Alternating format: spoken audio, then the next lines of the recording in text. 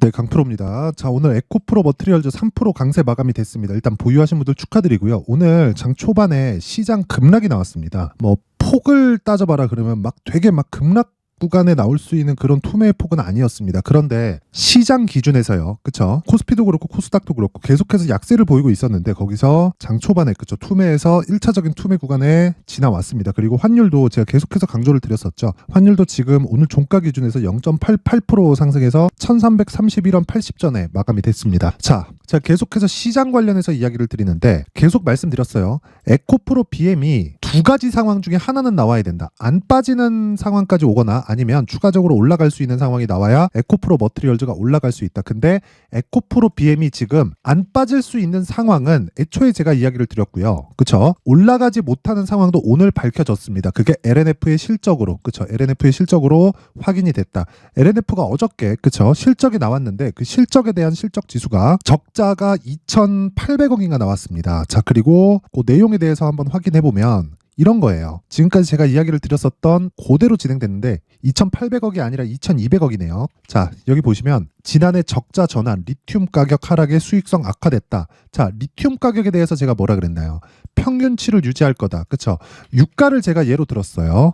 어떻게 예로 들었냐면 자, 보세요. 유가는요. 기본적으로 60불을 기준해서 경기가 좋을 때는 80불과 60불 사이의 등락 구간을 지속적으로 보내고요. 특정한 이슈가 있다. 뭐 전쟁과 같은 또는 뭐 산유국에서 뭐 싸움이 발생했다. 이런 부분입니다. 이렇게 됐을 때는 100불 그리고 120불 정도까지 상승할 수 있는 폭이 열리지만 이런 구간이 장기간 유지되는 것은 아닙니다. 그렇죠? 그리고 60불을 기준해서 하회했을 때는 수요가 둔화되는 거예요. 이럴 때는 어떤 부분으로 연결이 되느냐? 경기가 좋지 않을 때, 그렇죠? 이럴 때 연결이 되는데 대략 변동폭이 40불에서 60불 사이 구간에 등락을 보입니다. 자, 그러면 아예 이탈하는 경우가 있겠죠. 이럴 때는 뭐가 돼요? 아예 그냥 경기가 박살이 나는 그런 상황이 벌어졌다는 거예요. 그게 코로나 때 발생을 했죠. 이때 갔었던 게 마이너스 유가입니다. 근데 다시 반등을 해서 120불까지 올라왔어요. 그렇다는 건 무슨 이야기가 되는 겁니까? 주식시장에서 또는 원자재 시장에서 특히나 유가 같은 경우에는 평균치를 기준해서 지속적으로 등락을 하고 이벤트가 있을 때는 오버슈팅이 나올 때가 있고 그리고 악재가 있을 때는 뭐 진짜 뭐 이런 코로나 같은 악재가 있을 때는 마이너스 유가까지 확 가버리는, 그쵸? 그런 좀 극단적인 상황에 갈 때가 있습니다. 근데 리튬 가격도 마찬가지예요. 유가와 연동한다 그런 이야기가 아니라 리튬 가격도 평균적으로, 그쵸? 지금 수요가 유지되고 있기 때문에 그리고 앞으로 늘어날 것이기 때문에 평균적인 마진율이 확보가 돼 있습니다. 그쵸? 그리고 리튬도 생산하는 지역 자체, 그쵸? 뭐 채굴부터 시작해서 지속적으로 이렇게 생산을 해낼 수 있는 그 지역이 산유국처럼 한정적이기 때문에 리튬을 볼 때 야, 이제 리튬 가격 박살났다. 그쵸? 이쪽 업체들 다 박살나는 거 아니냐. 이런 게 아니에요. 무슨 얘기냐면요. LNF에서 수익성이 악화됐다는 건 리튬을 한 번에 대량으로 사는 게 아니잖아요. 지속적으로 사는 과정에서 이쪽에서 매수해왔었던 물량이 양극재로 나가면서 양극재에 대한 평균 마진율은 7%로 고정이 되어 있는데 물론 고정이라고 얘기하기 그렇죠. 뭐 등락이 조금 있겠죠. 근데 7% 전후에서 나오고 있는데 리튬이 너무 비싸다 보면 왜 전구체 플러스 리튬을 더하면 양극재가 되니까, 그쵸? 자, 그러면 리튬 가격에 의해서 마진율이 변한다는 겁니다. 근데 인플레이션으로 인해서, 그쵸? 리튬 시세에 붙어 있던 그 투기 세력의 영향으로 그 실적에 대한 영향이 이번까지 나왔다. 그러니까 주가가 오르지 않았었던 겁니다. 그쵸? 에코프로 BM은 그래도 23년도에 상대적 강세를 보였죠. 아니, 그냥 절대적 강세를 보였죠. 근데 여기서 LNF의 주가를 보잖아요. 이런 상황이 되는 거예요. 그쵸? 실적이 2천억대의 적자, 그쵸? 적자로 전환됐는데도 불구하고 안 올라가던 주가가 올라버렸습니다. 그쵸? 그리고 나서 고가에 대한 부분 이미 테스트가 됐기 때문에 이제 돌파가 되는 거겠죠. 이랬을 때는 제가 단기적으로는 LNF가 좋고 결국에는 에코프로 BM의 영향권으로 온다. 즉 에코프로 BM도 실적이 나오면 좋지 않을 겁니다. 예상치를 하회할 가능성이 높아요. 그런데 주가가 지금까지 안 올라간 이유가, 그쵸? 악재를 기다리고 있었다. 왜? 주식은 선반영하니까. 그러면 에코프로 머티리얼즈는 어떻게 봐야 될까요? 다시 말씀드릴게요. 이제는 에코프로 BM에 비해서 탄력적인 움직임은 보인다. 하지만 에코프로 BM에 비해서 뭐 에코프로 머티리얼즈만 계속 올라간다 이런 상황은 벌어지지 않아요. 왜 그러냐면 에코프로 머티리얼즈가 혼자서 11월 달, 12월 달 이렇게 강세를 보였었던 건 왜 그런 상황이 나왔었냐면요. IPO 즉 상장 초기에 흥행에 실패를 했습니다. 그쵸? 그걸 제가 계속해서 확인시켜 드리고 있어요. 자, 보시면 LNF 말고 여기 에코프로 머티의 공모 내역을 보면 공모 확정은 36,200원. 그쵸? 공모 희망가 최저 희망 밴드에 걸려 있죠. 36,200원. 그렇다는 건 흥행에 실패했다는 겁니다. 그쵸? 그랬을 때 36,200원짜리가 42,950원. 그쵸? 따블을 못 갔습니다. 그렇다는 건 흥행에 실패를 했고, 그런 부분에서 시가총액을 봤더니 3조 원대, 에코프로 BM의 시가총액은 이때 당시에 25조 원대. 자, 그러니까 당연히 수직으로 상승할 수밖에 없었다. 근데 지금은 평가치 자체가 에코프로 머티리얼즈의 시가총액은 오늘 상승을 해서 15조 4,182억에 끝났고, 그리고 에코프로 BM의 시가총액은 28조 9,981억 원에 끝났습니다. 대략 50% 선에서 지속적으로 맞춰지는데, 에코프로 BM은 뭐가 된다고요? 추가적으로 올라갈 수 있는 환경은 갖춰졌는데 고가 매물을 소화해야 되는 시간이 필요하고, 그런 과정에서 에코프로 머티리얼즈가 더욱더 탄력적으로 움직일 수 있다. 그래서 에코프로 BM을 기준해서 이제는 그쵸, 실적이 곧 나올 겁니다. 그걸 기점으로 해서 에코프로 머티리얼즈의 가격을 잡자. 그게 핵심 내용입니다. 이 부분을 절대로 간과하시면 안 되고, 기본적으로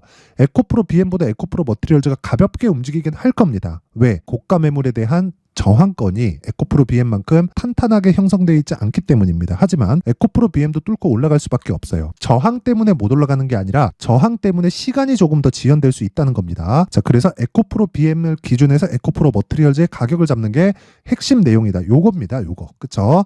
자, 그래서 그 내용, 가격에 대한 부분, 그리고 보유 기간을 2주 안으로 끊자. 그렇죠? 이 내용에 대해서 제가 이야기를 드릴 건데, 그 부분에 대해서 말씀드리기 전에 제가 신년이기 때문에 제가 이벤트에 대해서 안내 말씀을 드리고 가겠습니다. 자, 옆에 보이시는 화면은 강프로의 무료 소통방입니다. 여기서 제가 1월 달에 그쵸? 인원을 2,000분까지 늘리는 이벤트를 진행하고 있는데, 특징점이 두 가지가 있습니다. 첫 번째, 무료로 진행한다. 두 번째, 신고가 종목만 매매를 한다. 무료로 진행하는 이유는 저는 채널 성장이 목적이기 때문에 그렇습니다. 그래서 구독과 좋아요 꼭 한 번씩 부탁드리고요. 그리고 신고가 매매만 진행하는 건 에코프로 머티리얼즈를 보면 알 수 있어요. 제가 계속해서 말씀드렸죠. 에코프로 BM에 의해서 움직인다. 하지만 에코프로 머티리얼즈가 더 탄력적으로 움직일 수 있다. 그렇죠? 그러면 우리가 매매하기에 더 편한 건 에코프로 머티리얼즈다. 그렇죠. 그리고 기본적으로 한국 시장은 2차 전지와 반도체가 계속해서 순환매를 돌 수 있는 구조에 처해 있습니다. 여기서 우리가 2차 전지를 빼놓고 매매한다? 그 자체도 어려워요. 하기 때문에 탄력적인 종목을 매매하기 위해서 에코프로 BM을 보고 에코프로 머티리얼즈를 보지만, 다른 신고가 종목, 즉 주식은 선반영을 하기 때문에 다른 신고가 종목에 대한 부분도 반드시 체크를 해야 되고, 그런 종목들을 어떤 식으로 진행하는지 내용을 한번 보겠습니다. 자, 여기 1월 16일 시장가, 그쵸? 장 시작 전에 시장가 매수해라. 언제? 8시 54분. 그쵸? 그렇다는 건 그냥 시가에 체결시키라는 이야기입니다. 자, 그랬을 때, 자, 내용 보세요. 자, 보세요. 오늘 6%의 강세 마감이 됐고, 장 초반 그리고 장중 고가는 11%까지 상승폭이 커졌습니다. 하락하지 않았기 때문에 매도하지 않았고요. 계속해서 보유 중입니다. 근데 신고가는 애초에 만들어 놓고 돌파 구간이 첫 번째인 10일날 매수하는 게 맞는데, 제가 다른 종목을 매수한다고 10일날 공략을 못했습니다. 그쵸?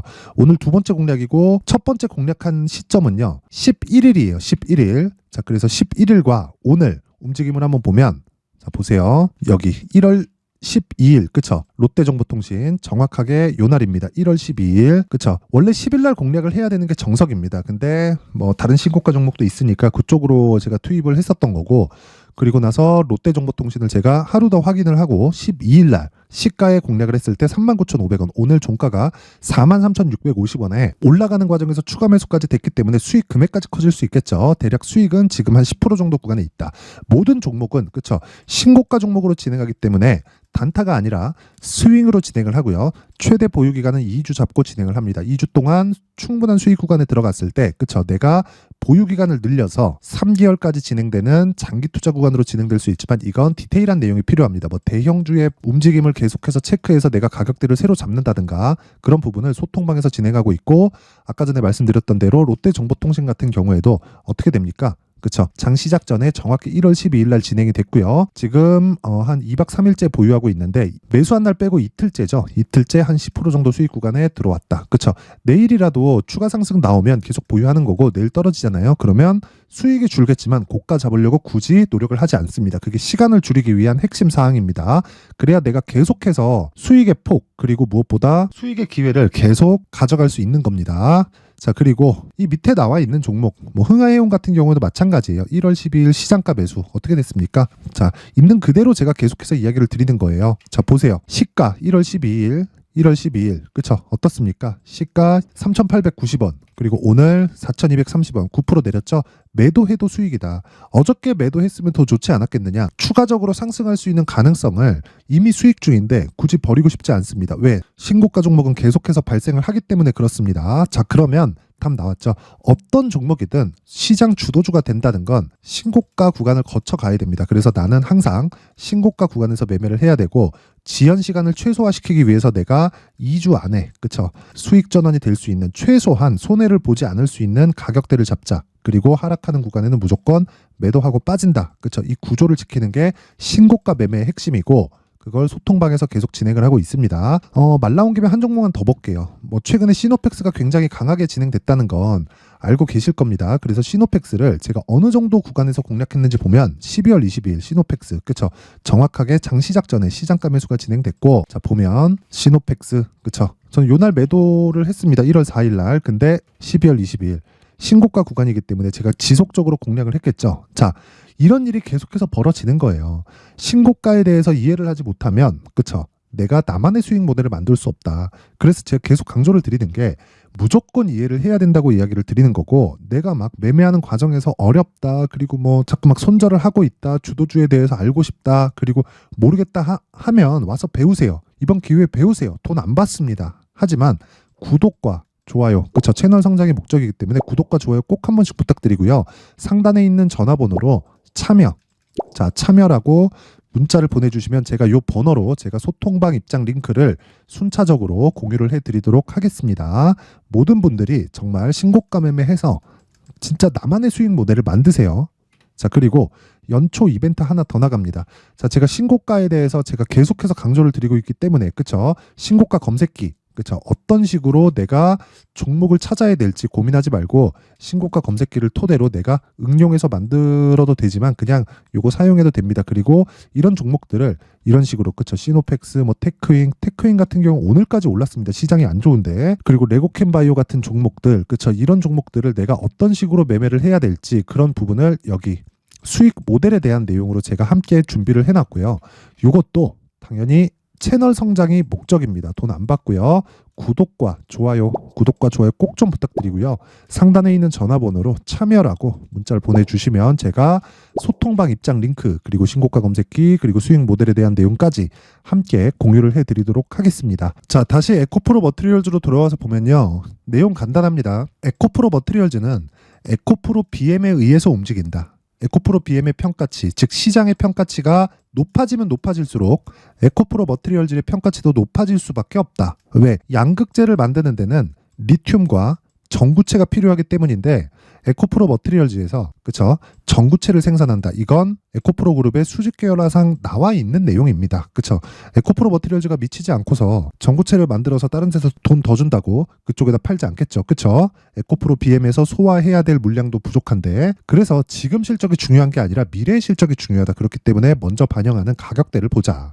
그런데 오늘 에코프로 BM이 추가적으로 상승하지 못하는 이유가 밝혀졌다. 그쵸? 그게 실적입니다. 실적이 안 좋기 때문에 실적이 나오는 부분을 확인하고 나서 그쵸? 안 올라가는 부분으로 인해서 가격 반영이 다 된 겁니다. 실적이 나오면 좋지 않을 거예요. 예상치를 하회할 가능성이 굉장히 높습니다. 리튬 가격 때문에 그렇죠. 이건 그냥 정해져 있는 내용이에요. 하지만 리튬 가격은 계속해서 변화를 하기 때문에 우리가 지금 올라가지 않는 부분을 토대로 우리가 에코프로 머티리얼즈를 너무 비싸게 사지 말자. 하지만 보유하고 있으면 매도할 필요는 없다. 그쵸? 하지만 내가 신규를 고려하고 있거나 추가 매수를 고려하고 있으면 에코프로 BM을 기준해서 내가 에코프로 머티리얼즈의 가격대를 잡자. 요 내용입니다. 자, 그래서 요 내용을요, 제가 에코프로 머티리얼즈의 가격 그리고 단기 보유 전략으로 준비를 해왔는데, 요건 2주 안에 내가 수익을 볼 수 있는 내용을 의미를 합니다. 그리고 2주 안에 수익을 보려면 그쵸? 가격대에 대해서 굉장히 디테일하게 잡아야겠죠. 자, 그래서 제가 요 내용을 그쵸? 2주 안에 수익을 볼 수 있는 단기 보유 전략, 그리고 단기 보유 전략을 계속 진행하기 위해서 진행하는 가격적인 부분, 그쵸? 거의 20페이지에 달하는 분량으로 내용 준비를 해왔습니다. 요걸 영상에서 이야기를 드리잖아요. 그러면 정말 한 2시간, 3시간 정도 이야기를 해야 되고 내용이 너무 길어집니다. 뭐 그럼 뭐 편집 시간도 그렇고 시간이 너무 오래 걸리기 때문에 내용을 이런 식으로 준비를 해온 거고, 이것도 채널 성장의 목적이라서 구독과 좋아요 꼭 좀 부탁드리고요. 상단에 있는 전화번호로 숫자 3이라고 문자를 보내주시면 제가 에코프로 머티리얼즈 가격 그리고 단기 보유 전략을 함께 공유를 해드리도록 하겠습니다. 자, 항상 긴 영상 봐주셔서 감사드리고요. 그리고 무엇보다 제가 계속해서 신고가에 대해서 강조를 드리고 있는 만큼 다시 한번 말씀드릴게요. 무조건 이해를 해야 됩니다. 자, 그래서 제가 12월 달부터 진행하고 있는 신고가 주도주에 대해서 어떤 식으로 매수했고, 뭐 이슈, 뉴스, 뭐 호재거리, 악재거리 이런 내용들을 어떻게 해석을 했는지를 그 내용에 대해서 제가 상세하게 준비를 해놨으니까 영상 끝까지 시청하시고요. 모든 분들이 성공 투자하셨으면 좋겠습니다. 자, 제가 항상 신고가 종목에 대해서 강조를 드립니다. 자, 신고가 종목에 대해서 강조를 드리는 건 크게 시세가 발생하는 대시세 종목은 모두 신고가 구간을 거쳐서 발생하기 때문에 그렇습니다. 시장은요, 좋을 때도 있고 나쁠 때도 있어요. 그런데 대시세 종목은요, 시장이 좋든 나쁘든 그 숫자의 차이가 있을 뿐이고요. 매년 발생을 합니다. 올해 같은 경우에도 마찬가지예요. 23년이죠.